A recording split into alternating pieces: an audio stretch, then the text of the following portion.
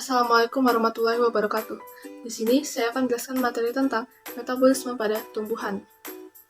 Metabolisme merupakan keseluruhan reaksi kimia dalam sel makhluk hidup yang dibantu oleh enzim. Terdapat dua proses dalam metabolisme, yaitu katabolisme dan anabolisme. Katabolisme adalah pemecahan senyawa kompleks menjadi senyawa sederhana yang akan menghasilkan energi.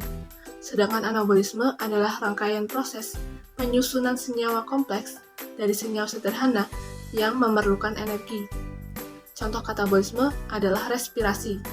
Respirasi adalah untuk menghasilkan energi dalam bentuk ATP yang akan digunakan untuk melakukan aktivitas. Berdasarkan kebutuhannya, terdapat oksigen.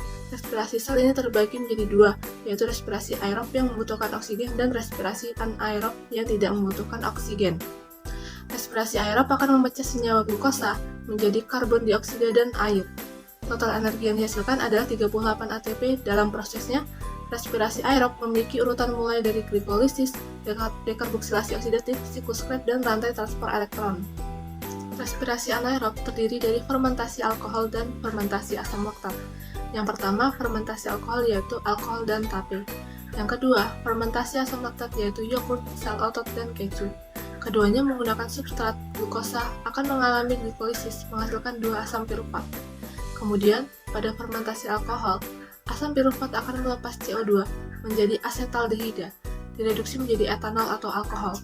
Adapun pada fermentasi asam laktat, asam pirufat akan langsung direduksi menjadi asam laktat. Proses fermentasi ini akan menghasilkan 2 ATP. Selain katabolisme glukosa atau karbohidrat, ada juga proses katabolisme lemak dan protein. Yang pertama, katabolisme lemak. Lemak akan dipecah menjadi asam lemak dan gliserol. Selanjutnya, asam lemak dan gliserol akan masuk ke jalur respirasi. Setiap satu molekul, lemak akan menghasilkan 46 ATP lebih besar daripada yang dihasilkan oleh karbohidrat. Contohnya, daging, kacang-kacangan, dan alpukat. Yang kedua, katabolisme protein. Protein akan dipecah menjadi asam amino. Asam amino kemudian mengalami pelepasan nitrogen atau deaminasi.